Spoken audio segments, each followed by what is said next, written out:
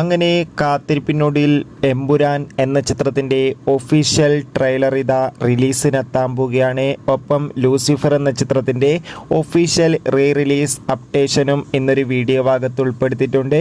വീഡിയോയിലേക്ക് മുൻപ് video like ചെയ്യുക, ചാനൽ സബ്സ്ക്രൈബ് ചെയ്യാൻ വേണ്ടി ശ്രമിക്കുക. പൃഥ്വിരാജിൻ്റെ സംവിധാനത്തിൽ മോഹൻലാൽ, മഞ്ജു വാര്യർ, ടൊവിനോ തോമസ് എന്നൊക്കെ പ്രധാന കഥാപാത്രങ്ങളായി വരാൻ പോകുന്ന ചിത്രമാണ് എമ്പുരാൻ. എല്ലാ സിനിമാ പ്രേമികളും ഒരേപോലെയാണ് എമ്പുരാൻ എന്ന ചിത്രത്തിൻ്റെ റിലീസിനായി കാത്തിരിക്കുന്നത്.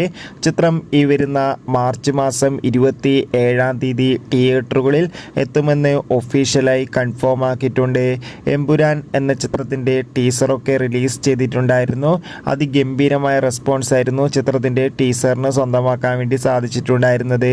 ചിത്രത്തിൻ്റെ സെൻസർ റിപ്പോർട്ടും പുറത്തുവന്നിരിക്കുകയാണ്. UA സർട്ടിഫിക്കറ്റാണ് ലഭിച്ചിട്ടുള്ളത്.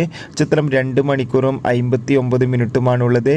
അതോടുകൂടി ഇപ്പോഴത്തെ ചിത്രത്തിൻ്റെ ഒഫീഷ്യൽ ട്രെയിലർ ഈ ആഴ്ച അല്ലെങ്കിൽ അടുത്ത ആഴ്ച പുറത്തു വരുന്നത് കൺഫേം ആക്കിയിട്ടുണ്ട്.